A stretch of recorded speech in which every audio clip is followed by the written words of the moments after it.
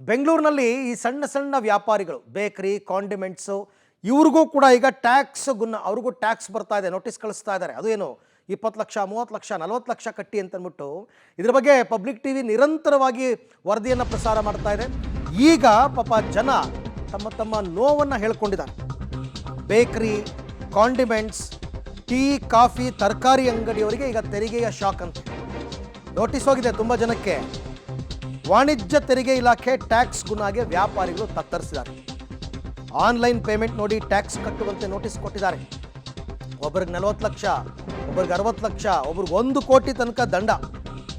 ವಾಣಿಜ್ಯ ತೆರಿಗೆ ಇಲಾಖೆ ನೋಟಿಸ್ಗೆ ವ್ಯಾಪಾರಸ್ಥರು ಕಂಗಾಲಾಗ್ಬಿಟ್ಟಿದ್ದಾರೆ. ಒಂದು ಕಾಂಡಿಮೆಂಟ್ಸ್ ಅಂಗಡಿ, ಟೀ ಕಾಫಿ ಸಿಗರೇಟ್ ಎಲ್ಲ ಮಾರಾಟ ಮಾಡೋ ಒಂದು ಅಂಗಡಿಗೆ 1 ಕೋಟಿ ಟ್ಯಾಕ್ಸ್ ಕಟ್ಟಿ ಅಂದರೆ ಪಾಪ ಅವ್ರ ಜೀವಿತಾವಧಿಯಲ್ಲಿ 1 ಕೋಟಿ ಆದಾಯ ನೋಡಿರಲ್ಲ ಅವರು. ವಹಿವಾಟು ಬೇರೆ, ವಹಿವಾಟು ಆಗಿರಲ್ಲ ನನ್ನ ಪ್ರಕಾರ. ಅವ್ರಿಗೋಗ್ಬಿಟ್ಟು ನೀವು 4 ವರ್ಷದಿಂದ ಬ್ಯಾಲೆನ್ಸ್ ಉಳಿಸ್ಕೊಂಡಿದ್ದೀರಾ, ಅದೇ ಈ ಪೇಟಿಎಮ್ ಎಲ್ಲ ಮಾಡ್ತಾರಲ್ಲ, ಪೇಟಿಎಮ್ ಫೋನ್ಪೇ ಗೂಗಲ್ ಪೇ, ಅದರ ಆಧಾರದ ಮೇಲೆ ಇವ್ರಿಗೆ ಕಳಿಸಿರೋದು ನೀವು ಇಷ್ಟೊಂದು ವಹಿವಾಟು ಮಾಡಿದ್ದೀರಾ ಟ್ಯಾಕ್ಸ್ ಕಟ್ಟಿ ಅಂತ. ಆ್ಯಕ್ಚುಲಿ ಮೊದಲೆಲ್ಲ ವ್ಯಾಟ್ ಅಂತ ಇತ್ತು, GST ಬರೋದಕ್ಕೂ ಮೊದಲು. ಈಗ ಅದೆಲ್ಲ ಇಲ್ಲ. 40 ಲಕ್ಷ ತನಕ ಎಕ್ಸೆಂಪ್ಷನ್ ಕೊಟ್ಟಿದ್ದಾರೆ ಸಣ್ಣ ವ್ಯಾಪಾರಿಗಳಿಗೆ. ಆದರೂ ಈಗ ಟ್ಯಾಕ್ಸ್ ಕಟ್ಟಿ ಅಂತಂದರೆ ಪಾಪ ಎಲ್ಲೋಗಬೇಕು? ಈಗ ಆ ವ್ಯಾಪಾರಸ್ಥರೆಲ್ಲ ಹೆಂಗೆ ಹೇಳ್ಕೊತಾ ಇದ್ದಾರೆ ಗೊತ್ತಾ? ಸರ್, ನಮ್ಮ ಕಿಡ್ನಿ ಮಾರಿದ್ರೂ ಕೂಡ ದುಡ್ಡು ಕಟ್ಟಕ್ಕಾಗಲ್ಲ ಅಂತ.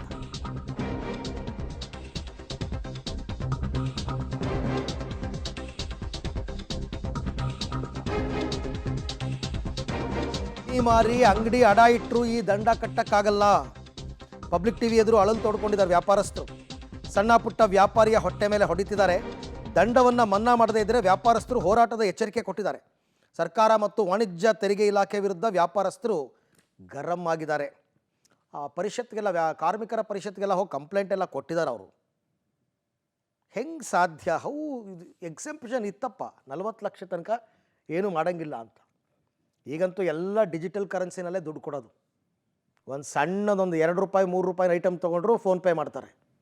ಹಂಗನ್ಬಿಟ್ಟು ಟ್ಯಾಕ್ಸ್ ಕಟ್ಟಿ ಅಂದರೆ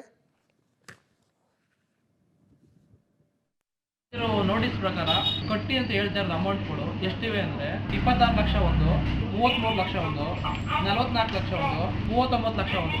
ನೋಡೋದು ಇದೆಲ್ಲ ಸೇರಿದ್ರೆ 1 ಕೋಟಿ 30 ಲಕ್ಷ ಸಮಥಿಂಗ್ ಬರ್ತಾ ಇದೆ.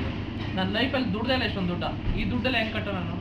ನಮ್ಮದು ಚಿಕ್ಕ ಕಾಂಡಿಮೆಂಟ್ಸ್ ಇದೆ ಮೇಡಮ್, ESI ಹತ್ರ. ನಮಗೆ ಹತ್ತತ್ರ 3 ವರ್ಷಕ್ಕೆ 2 ಕೋಟಿ ಟ್ರಾನ್ಸಾಕ್ಷನ್ ಆಗಿದೆ. 36-40 ಲ್ಯಾಕ್ಸ್ ಇದು ಅಮೌಂಟ್ ಕಟ್ಟಬೇಕು ನೀವು ಅಂತ ಫೋನ್ ಮಾಡಿದ್ದಾರೆ. ಇಲ್ಲ 1 ವೀಕಲ್ಲಿ ನೀವು ಬಂದು ಕಟ್ಟಬೇಕು, ಇಲ್ಲ ಅಂದರೆ ನಿಮ್ಮ ಅಕೌಂಟ್ ಸೀಸ್ ಮಾಡ್ತೀವಿ, ಇಲ್ಲ ಅಂದರೆ 18% ಅದಕ್ಕೆ ಮತ್ತೆ ಎಕ್ಸ್ಟ್ರಾ ಟ್ಯಾಕ್ಸ್ ಆಗುತ್ತೆ ಡೇಟ್ ಆದಮೇಲೆ.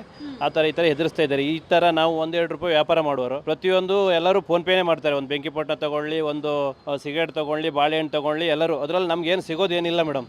ಈ ಥರ ಒಂದು ಏಕಾಏಕಿ ಇವ್ರು ಈ ಥರ ಒಂದು ನೋಟಿಸ್ ಕೊಡದೆ, ಏನು ಹೇಳದೆ, ಒಂದು ಇದು ಮಾಡದೆ ಏಕಾಏಕಿ ಈ ಥರ ಕಟ್ಟಿ ಅಂದರೆ ಎಲ್ಲಿಗೆ ಹೋಗೋದು? ಎಲ್ಲರೂ ಭಯಭೀತರಾಗಿದ್ದಾರೆ ಈ ಥರ ನೋಟಿಸ್ ನೋಡಿ. ನಮಗೆ 1 ವೀಕ್ ಟೈಮ್ ಕೊಟ್ಟಿದ್ದಾರೆ. ಅಂದರೆ ತುಂಬ ಕಷ್ಟ ಮೇಡಮ್. ನಾವು ವ್ಯಾಪಾರ ಮಾಡೋದೇ 10,000, ಅದೆಲ್ಲ ಬರೋದು ಫೋನ್ಪೇನೇ. ಪ್ಯಾಕೆಟ್ ಹಾಲು ತೊಗೊಂಡ್ರೆ 30 ರೂಪಾಯಿ ಹಾಲು, 30 ರೂಪಾಯಿನೂ ಫೋನ್ಪೇ ಮಾಡ್ತಾರೆ. ನಮಗೆ ಮಾರ್ಜಿನ್ ಇರೋದು 1 ರೂಪಾಯಿ. ಆ 1 ರೂಪಾಯಿ ಮಾರ್ಜಿನ್ಗೆ 30 ರೂಪಾಯಿಗೆ ಟ್ಯಾಕ್ಸ್ ಕಟ್ಟಬೇಕಂದ್ರೆ ಹೆಂಗೆ? ಅದು ತುಂಬ ಕಷ್ಟ ಆಗ್ತದೆ. ಇದಿಷ್ಟೇ ಅಲ್ಲ, ಜನ ಪಾಪ ಇನ್ನೂ ಹೇಳ್ಕೊಂಡಿದ್ದಾರೆ ಕಷ್ಟಗಳನ್ನು. ಗೊತ್ತಿರುತ್ತೆ ಎಲ್ರಿಗೂ ಕೂಡ, ನಿಮ್ಗಳ ಅರಿವಿಗೂ ಬಂದಿರುತ್ತೆ. ನಿಮ್ಮ ಏರಿಯಾದಲ್ಲಿ ನಿಮ್ಮ ಮನೆ ಸುತ್ತಮುತ್ತ ಇರೋ ಅಂಗಡಿಗಳು, ಅವ್ರಿಗೆ ಈ ಥರ ಲಕ್ಷಾಂತರ ರೂಪಾಯಿ ಟ್ಯಾಕ್ಸ್ ಕಟ್ಟಿ ಅಂತಂದರೆ ಹೆಂಗೆ ಸಾಧ್ಯ?